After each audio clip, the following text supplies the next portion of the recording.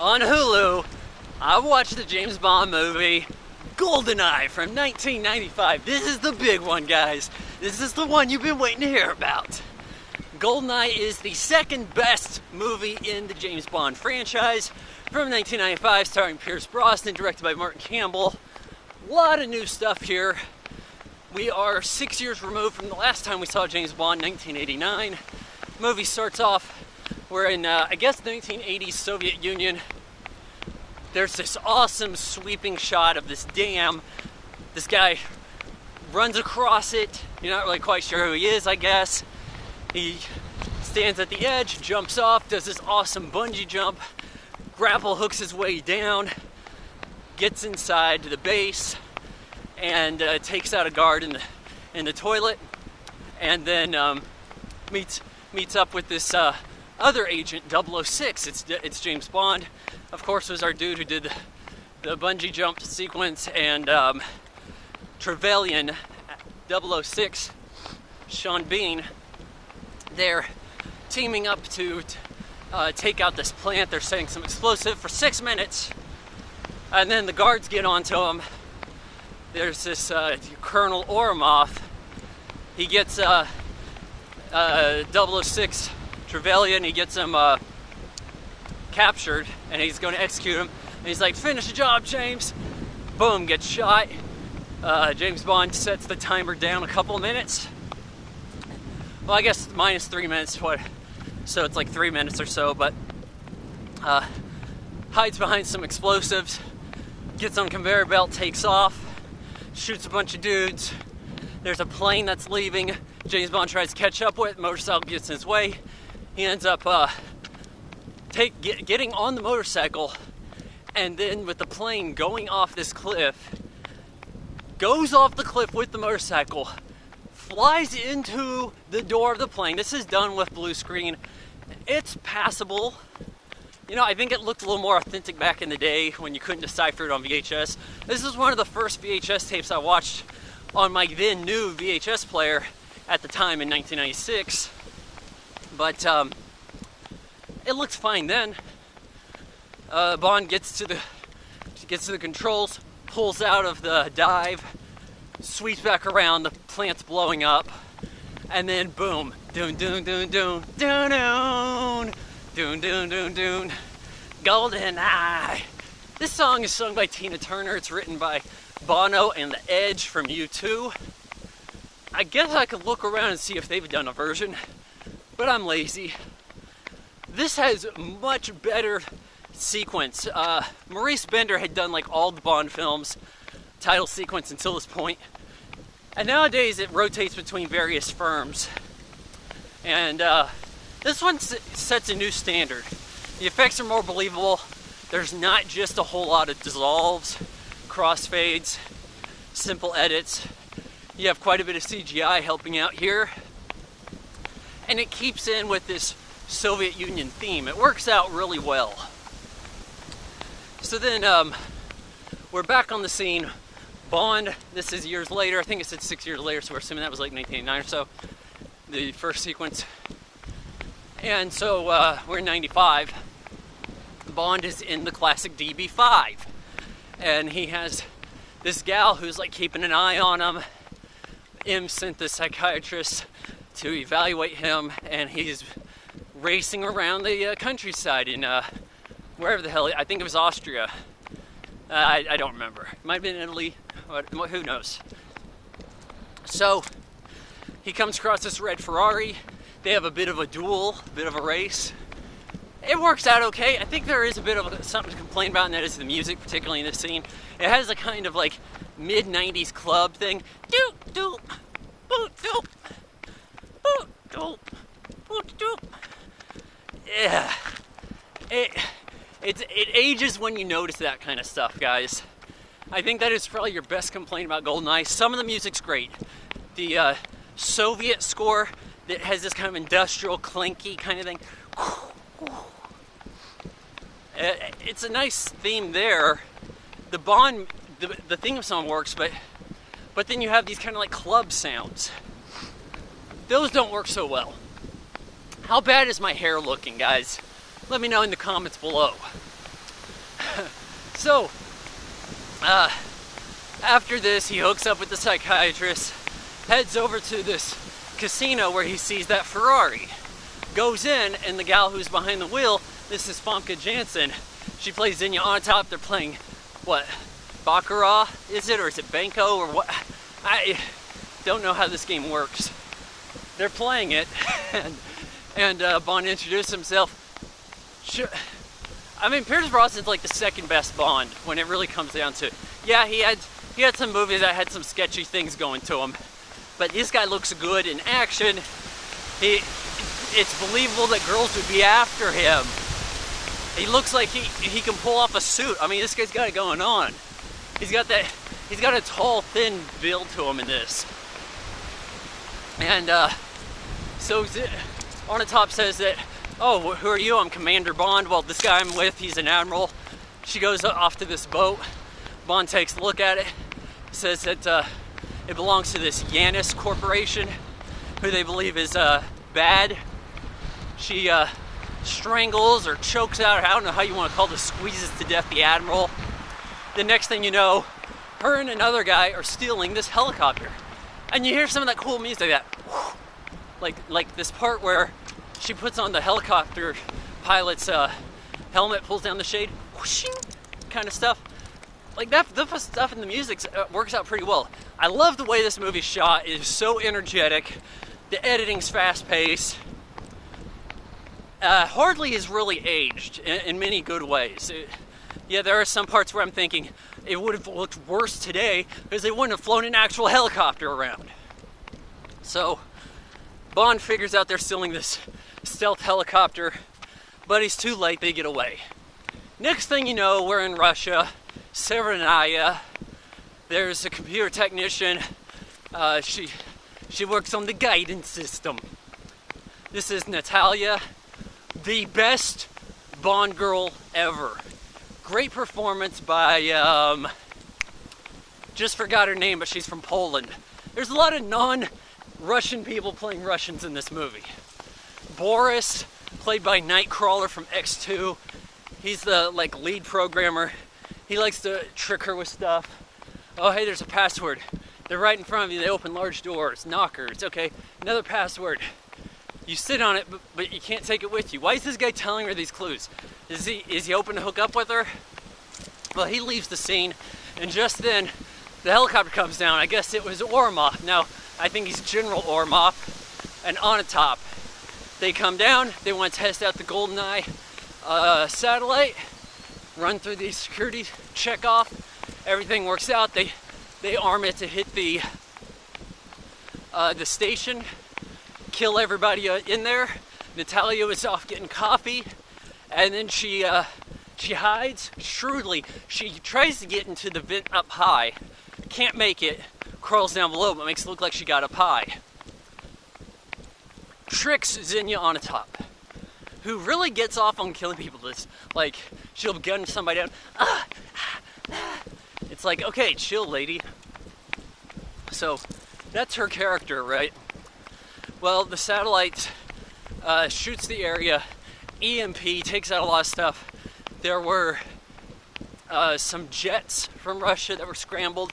Even watching the scene where the guys run to the jets with this urgency, this sweeping dolly shot, it just, the way it tracks on them is really cool. Then we run across some questionable miniatures. There's some miniatures at the beginning of Explosion 2. You know, they have to mitigate the expenses here. They don't know if this is going to be a huge hit necessarily, right? So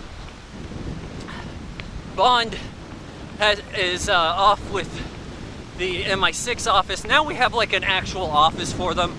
They're not pretending to be this universal export so much, though.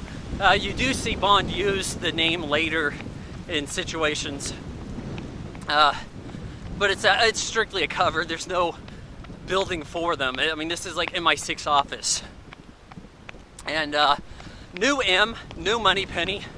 Samantha Bond's the new Moneypenny. She looks a little older than the last Moneypenny, the second Moneypenny, that is. But Q remains. Judi Dench is M. How her character changes when Daniel Craig shows up, I think that they tried to reboot, but they mitigated how far they went to reboot on those, but you know, we're keeping continuity with a lot of this. Bond is sent to go find out who survived this attack on the station in Severnaya, because they had found a body signature walking away from it. And you know the hell that Natalia goes through. You can see how this affects her, how it changes her. She's just a simple computer tech gal, and you know, with this kind of weird skirt and sweater, but she has to adapt a bit. Well, she's trying to meet up with Boris, who survived. She's like, well, how'd you get away? He's like, come meet me here. Bond's keeping an eye on her too, and he arranges to have a talk with the Yanis people, and that's when Zinnia shows up. She tries to do him / kill him in a spa, and he pulls a gun on her, and he's like, all right, take me to Yanis. Okay, fine, the pleasure's all yours. Then we cut it to, they're in this car, they cut to like a very close up shot of Brosnan, and he like knocks her out, hits her over the back of the head, but we don't see the violence against women. We then see her reaction, slumped over the wheel. He walks around in this statue graveyard, Soviet Union stuff. Walks around in there for a bit, comes across Yanis, 006, Alex Trevelyan. He survived. He's burned on the side of the head. Now, it's never overtly stated how he survived, but you get a few hints, especially watching this with some kind of film training, you know, since I had last seen the movie. That we have, oh, it's a little quiet, you know, a little too easy. They have talk like that. Why is the mission going too easy? Because it's a setup. Trevelyan's defecting. Must have got shot by a blank from Ormov. At close range, though, you gotta leave him deaf. I'm not sure if you could do that so convincingly. I mean, you really have to play dead quite well with a throbbing headache. So, he's scarred because he blames James for the timers. He moved the timer down 3 minutes, didn't give him time to get away. And so he's like, well, I'm gonna have to take you out, James. I would have asked you to join me, but you're loyal to the cause, to England. But the secret is that my parents were these Cossack traders. This situation with England taking them to the Soviet Union to get killed by Stalin, but he survived, and he's going against England. And Trank darts Bond. Next thing you know, Bond's waking up. He's in the helicopter with Natalia. She's like, get up, wake up. And they've got a timer going off. It shoots these 2 missiles, and then they come looping around to take out the helicopter within a minute. But Bond, reacting quickly, thrusts his head, really like his eye socket, into this button on the side to eject them. Pretty cool sequence. Looks better than I think it would have today. They escape, but Natalia, she didn't seem tied up.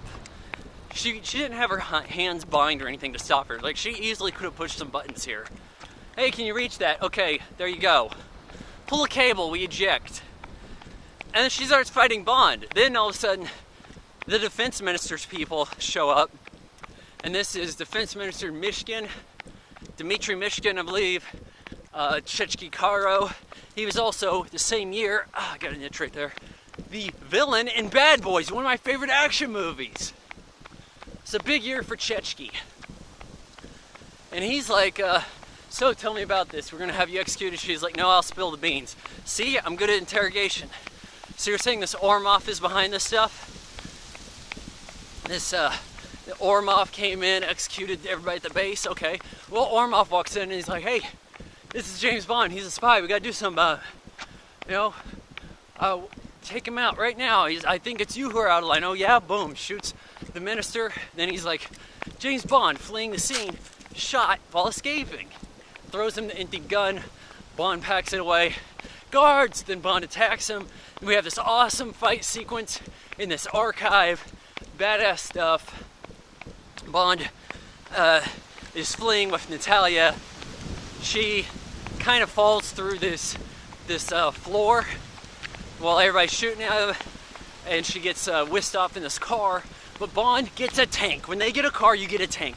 goes through the streets, wrecking the whole place. One of the best Bond sequences ever. The action's awesome. You watch this again, in the future there'll be just cars. There won't be cars. They might get into a car, then it's CGI as soon as it leaves. As soon as the engine fires up, it's CGI. Here, cars. Awesome sequence. You gotta watch the movie just for this, if nothing else. I mean, there's so many good reasons to watch this. You got the Bond music playing, and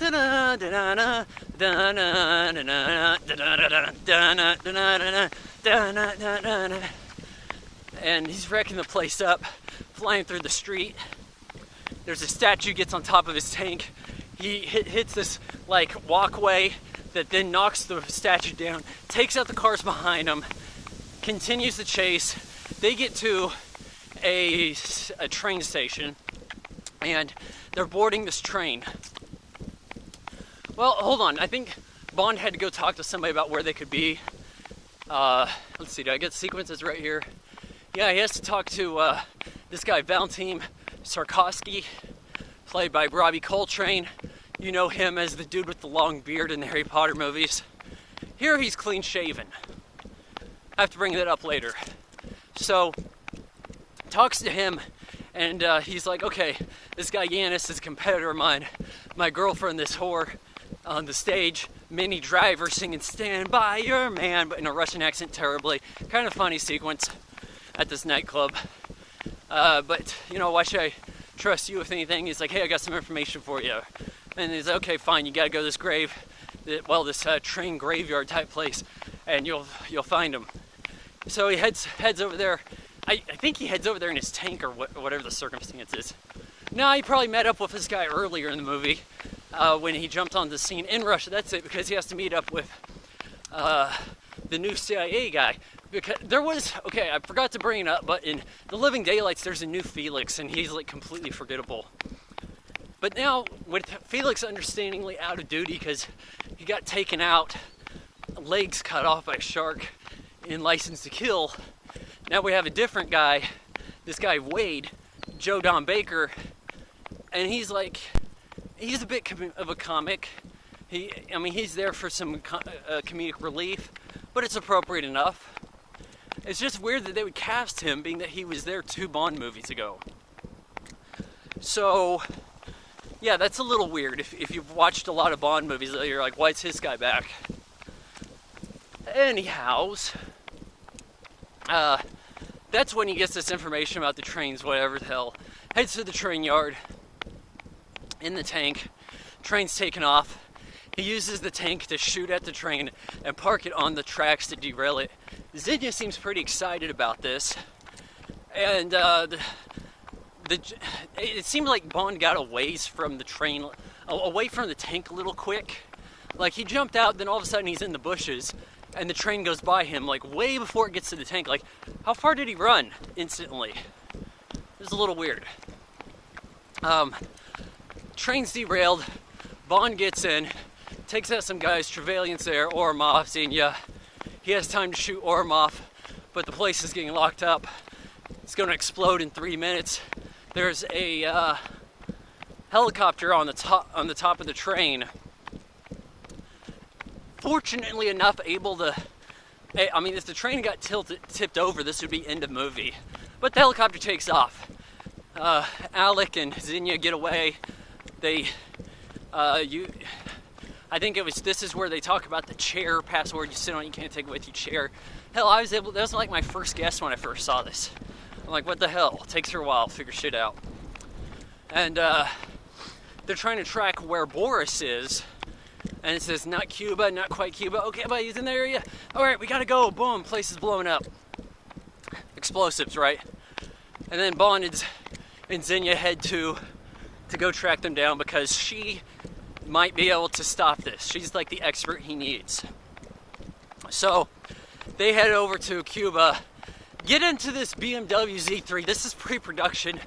There's a few little tiny things different about it. I think the windshield for one, but they talk about how it has this guidance detection around it, missiles and shit. All Bond does is drive in a straight line, and then Wade comes down a plane that shows up on his radar. He says, hey, keep an eye on that car. I'm going to take the plane. We're going to look around for a satellite dish. Oh, there's no satellite dish over there. Well, we'll look anyways. They fly by this lake, get shot down by a missile, and then Bond and Natalia are dazed. This helicopter comes down. While it's hovering above him, Xenia jumps out of it, ripcords down, kicks Bond, knocks him down, beating him up, trying to give him the choke with her legs. And then Natalia jumps in, tries to hit her with like an AR-15. Xenia grabs it and says, "Wait your turn," headbutts her. Awesome. And then, you can tell I'm liking this, and then, I mean, my feet are very, very sore here, but I'm enjoying this. Anyhow, we got, Bond then hooks Xenia's, carabiner onto something or whatever, like, shoots the helicopter. It's going down, but he rehooks her to it, and she gets pulled up into this tree and, like, breaks her back. I'm thinking I don't think this could actually kill you. I'm not totally sold on that. Maybe it crushes her internal organs. We just didn't see the effect of it because it's a woman. Maybe. I mean, they're trying to be a little PC with the damage done to her, being that she's like a Bond top hitchman. You know, she has a unique feature. Be it the hand, the teeth, the voice abilities. She is the pleasure from crushing people, killing and things. Well, they head over to the lake, which is emptying, to prepare for this launch. I guess they could have done this stuff a little sooner. They took like a day off so that Bond and Natalia could hook up in Havana or whatever. Or no, I think they were in Florida and they flew over. But it's like, well, wasn't there some urgency? But, you know, they're lucky enough that they saw this emptying out or they never would have found the dish. Pretty cool miniature setup, the way that the water goes down the center. And then we have the reveal of the satellite and the cradle in the dish comes out and all this stuff. But there is a bit where it looks a little weird. They're showing it in reverse because the water seems to be shooting up out of it instead of draining. I guess the draining wouldn't have been as dramatic. So they realized that filling it up looked cooler. So it's weird to see something draining, but water shooting up out of it, of the drain hole. Anyways, Bond and her get in. He's setting some explosives. They get caught, and then they're dealing it out with the bad guys. Bond has this pin that if it clicks 3 times, it blows up. If you listen, you can hear the clicks. You don't necessarily see all of them, but I wanted to make sure that they got this right. And you click it 3 times, you got like a 4-second fuse. You click it again to disarm. But they switch pins, and Boris is nervously clicking on this pin. Fortunately enough, this is his move, to flip around and click on pins. And he's like, "Give me the access codes," because she rewrote the computer, and Bond hits the pin away, hits some explosives. Shit's getting bad. They make their escape. Trevelyan has to go try to manually rectify. Well, no, Bond is going up to the top of the dish to shut it down manually, and Boris is trying to activate the computer and get it in touch with the satellite. The plan is to take out the banking industry in London. Everybody's credit gets set to 0, I guess, but he's stolen all this money with Boris beforehand so that they can steal it and then wipe the traces. Sort of like a plot you would have found in, I don't know, Die Hard. So, that's their plan. Bond wants to just blow up the satellite in some way. So he's going to go up to the top and mess with the gearing. But Trevelyan's after him. Great action sequence here. The way these guys are flipping around, it's dangerous as shit. I love the way how the fighting is shot. And there's like no sound to it. It makes it grim and grisly. You know, you cut the music out and all of a sudden it's not an action flick. It's kind of dramatic like. There's jarring blows. The way that the shot and editing, it's shot so close and crisp, and you get the sense that these guys are really fighting. But Bond jams a gear. The satellite's crashing on the computer. Boris can't rectify that. Everything's going down. Boris is like, "No!" Everything's going bad. Bond is falling off the top of the dish, and he's fighting with Alec at the same time. And then he knocks Alec down, catches him by the foot, and he's like, for England, James. No, for me. Lets him go, falls, pretty cool. Survives the fall, which he wouldn't. Then the satellite goes up. I mean, well, it's getting blown up, but Natalia was told to stay away, but she actually is able to commandeer this helicopter, put a gun on the pilot, have him go rescue Bond instead of Alec. And then it's like, okay, that worked out pretty well. But now Bond has to make this leap and grip onto the side of the helicopter so they could get away from this shit as it's blown up. Blows up just in time as they're leaving. Again, miraculous here. Quite convenient. And they land. I guess they just told the helicopter guy, hey, don't do anything bad again. Okay, cool. So he just kind of took off. And then it's like, we've got, they're just kind of like making out in this field. Wade shows up and says, hey, the Marines are with me. Guys, they come up out of the ground, they're camouflaged, and then helicopters come down. And the helicopters only make sound when they're on, like in the sequence, in the shot. Realistically, helicopters don't act like Wile E. Coyote physics. You know, just because you can see it now, it makes sound. They would have noticed the helicopters. They really would have. But that's the way that goes down. And he's like, okay, I'll leave you two to hook up on your own or whatever. And I can't remember if they just decide to get it on there or they get into a helicopter to leave. But you do see some like helicopters leaving, and then you have a second kind of theme song to end the movie. Can't really tell you anything about that. I don't really recall the details on that song, but yeah. GoldenEye 1993. I would not say this is a reboot in any way, but it sets a new tone for James Bond coming into the 90s and out of the Cold War. And it's the second best James Bond movie. It really is. I dare you to say otherwise. The fact that this isn't regarded as a classic is strange to me. I guess it's because, you know, there's so many James Bond movies. Oh, you know he's going to survive. You know this is going to happen. You get this and that. Well, even with those variables in there, and you're like, okay, so it's going to be predictable in some way, you're getting the best of what you're asking for. Yeah, I give GoldenEye 3.5 out of 4 stars. And at about 28 minutes, I think I have a new world record for jogging while reviewing a movie. So hey, you know, I could use your support on Patreon. Click subscribe, like, follow me, all this shit. See ya. I'm gonna need a knee transplant.